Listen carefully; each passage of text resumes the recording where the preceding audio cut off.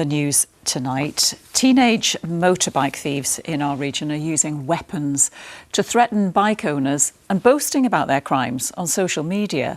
That's according to bikers themselves, who are calling for better policing of thefts. It comes as BBC data shows where age was recorded. Half of all arrests for motorbike thefts last year involved young people under the age of 18.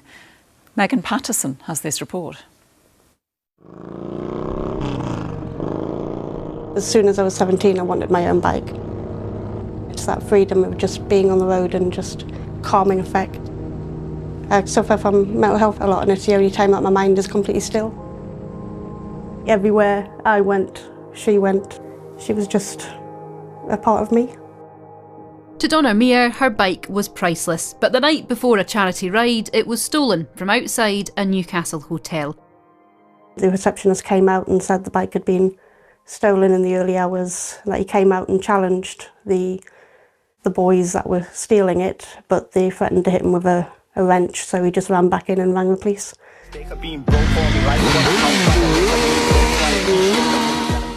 Hours later, Donna's bike appeared on TikTok, and the riders weren't camera shy. Pictures of my bike, of them sitting on my bike with the balaclavas on.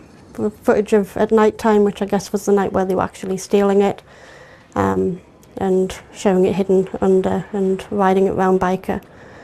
It's just kind of heartbreaking, really. Donna's bike had trackers, which she says showed it was briefly taken to a house in Newcastle. She had sightings and video evidence of it being ridden around the east end of the city, but she says the police didn't pursue the thieves until her bike was written off. It's extremely frustrating. I was very mad at the police, but we're doing the job of the police to track our bikes down and get all the evidence, and they're blatantly riding the bike and they're saying they've stolen the bike. That should be enough to do something. TikTok says if an account glorifies violence or threatens public safety, it will be banned and reported. Northumbria Police wouldn't comment directly on Donna-maria's case, but in a statement said, "Motorcycle disorder of any kind is unacceptable. Various tactics have been employed, such as the use of drones, to provide reassurance and deter further incidents. We also carry out home visits with parents and guardians to discuss children's behaviour. We'd ask that members of the community continue to report incidents." These riders turned campaigners are part of Bikers Against Bike Theft UK. Based in County Durham, the group has 3,500 members. They're concerned about threats of violence from thieves and how that could escalate.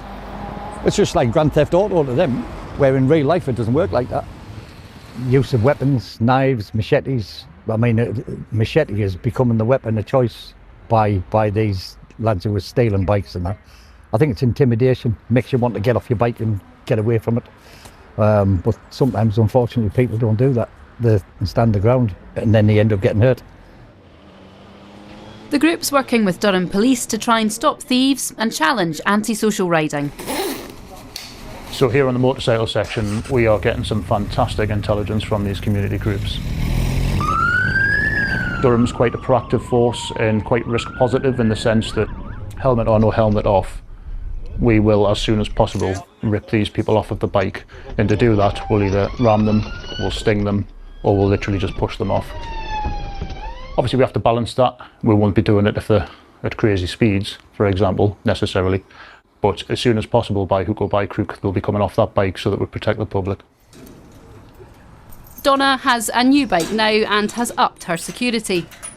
I've got another tracker on as well, which has an alarm, so if my bike even gets touched, the alarm goes off. But it's still a panic, so if I go anywhere, I still like to have it in my sight. With that extra reassurance, Donna's back enjoying the freedom of the road. But the anxiety caused by the thieves is still hard to overtake. Megan Patterson, BBC Look North, Newcastle.